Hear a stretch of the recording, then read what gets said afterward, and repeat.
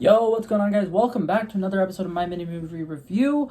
I'm going to be talking about the movie Black Adam that recently came out in theaters. I had the chance to see it one of the first days that it was out.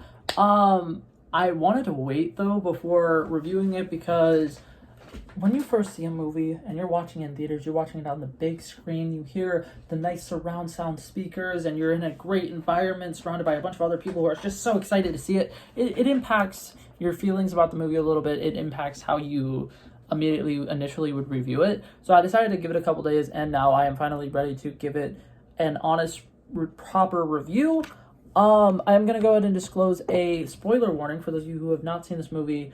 I can't review a movie without talking about it, and I'm definitely going to spoil things for it. So, if you don't want it to be spoiled, leave the video. You can come back watch it another time. If you don't mind being spoiled, or you've already seen it, welcome. I'm going to dive right into it now. There's a lot of things about this movie that kind of disappointed me, and I'm not going to get into that. I'm going to start off with the good things about this movie.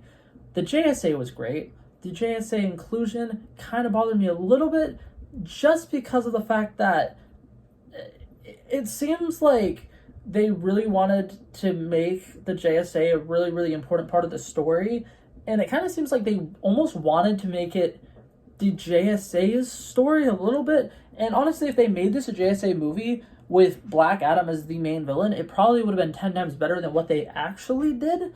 The JSA was really good. Dr. Fate carried the movie. That actor who played him fucking killed it.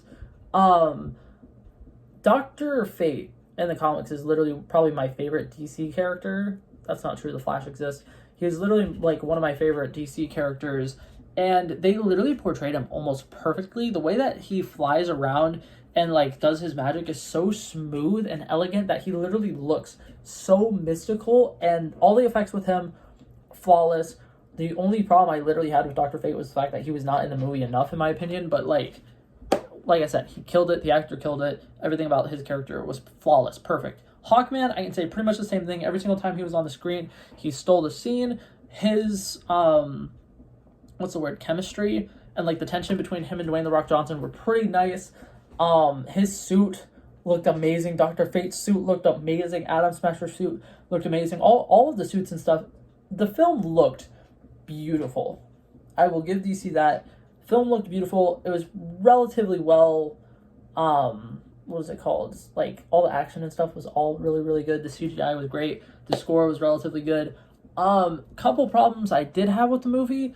Dwayne The Rock Johnson's acting performance was not bad. Like to say that it was bad would be really, like, not giving credit where credit's due. You can tell that he really put in a lot of effort with the movie. You can tell that he was trying to really portray a different kind of character than what the character he usually plays is, which I really appreciated that, because honestly, with it being Dwayne The Rock Johnson, I always hate when superheroes are played by big name actors, because it's hard to see them as the character they're playing. It's always like, oh, Henry Cavill is playing Superman. Well, now I see Henry Cavill, I don't see Superman, and stuff like that. And like, obviously, you know, as they play the character more, you kind of get to a point where just like, that is that character, like how RDJ was literally Tony Stark and Iron Man and stuff like that. But I was a little concerned about that. It was relatively good. Something I kind of hate was he was really monotone when he was trying to show that he was like angry. He was more monotone than angry.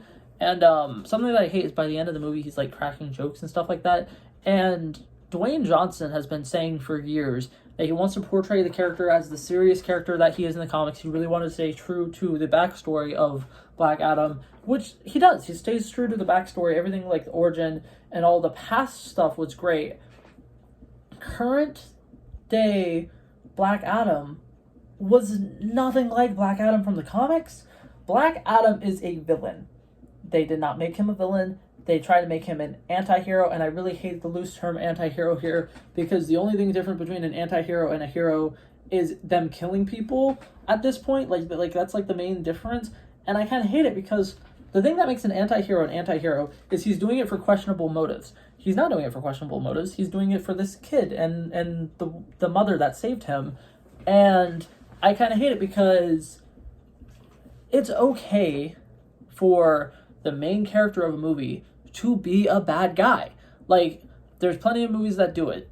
The Joker, Infinity War with Thanos. Literally two perfect examples of comic book movies where the main character is a villain and they're not trying to be a hero. And I kind of hate it because all throughout this movie, Black Adam is freeing Kahndaq, he is fighting tyrants, he's fighting bad guys, and he's literally being a superhero the entire time. Which would be fine if you guys were like, okay, you know what, yeah, let's make this Black Adam's movie, and let's make him the hero of the movie. But they have the JSA in it, who are supposed to be the actual heroes compared to Dwayne The Rock Johnson, and literally the only difference between them is Dwayne The Rock Johnson is killing people. And I hate it because the big conflict is Hawkman being like, don't kill people. And it's just Hawkeye saving people who Dwayne The Rock Johnson is trying to kill. And it's kind of like painful to watch because I'm like, their entire conflict is not great. And I really, really hate it. And I kind of don't like it because, yeah, Black Adam is a threat, but the entire like motive that the JSA has to be going after him low-key makes no sense. And they're literally just like fighting a guy who is currently freeing a country from being infiltrated by, you know, people who want to take the throne and like take control of it. And the JSA is coming in and it's like, no, you can't do that. Why? Because you're killing people. And that's a no-no. You can't kill bad people. It's like war. It's practically like he is saving this country from years and years of war, and the JSA is like, no, I can't, you can't, no, bad boy, don't do that.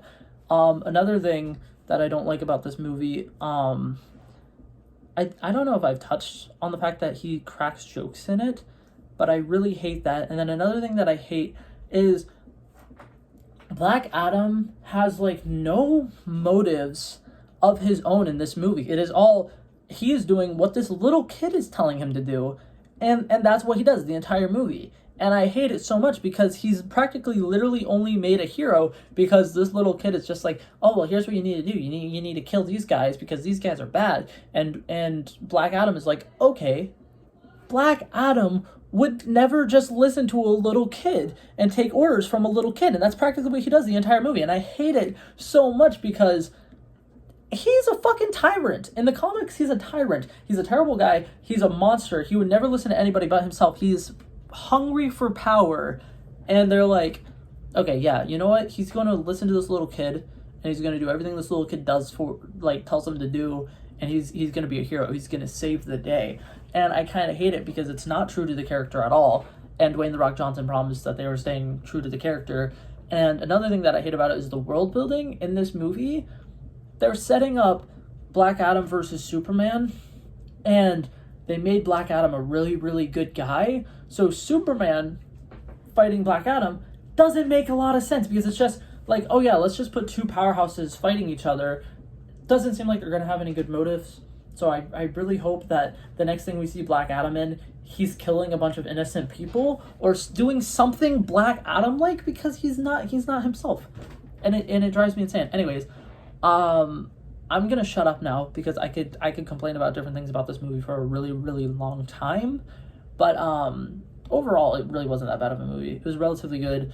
I feel like they should have went rated R with it, with some of the gore and stuff that they were trying to do. They should have just full-fledged went rated R, but it was pretty good. I enjoyed it for the most part. If I'm rating it, however, if it was a JSA movie and Black Adam was the main villain, I 100% would rate this like an 82, something like that. It's relatively good. But as a Black Adam movie, it's so painful. The Black Adam has like no character development the entire movie. So I'm gonna have to leave it at a I'd give it a 70, a solid C-. It's not a great movie, but it's not bad either. It's fun to watch, but there's a lot of problems with it that just I can't get past. It's just, it sucked a little bit. It really was disappointing, and I enjoyed watching it, but afterwards I was like sitting there with like a bad taste in my mouth. It really left a bad taste in my mouth. But that's it for this video, guys. Hopefully you guys enjoyed this video, and you guys want to stick around and see me talk about other movies, because that's something I do every Monday, and I'm trying to do more than every Monday. But yeah, that's it for this video, guys. Hopefully you guys enjoyed it, and I'll see you guys in the next one. Peace out.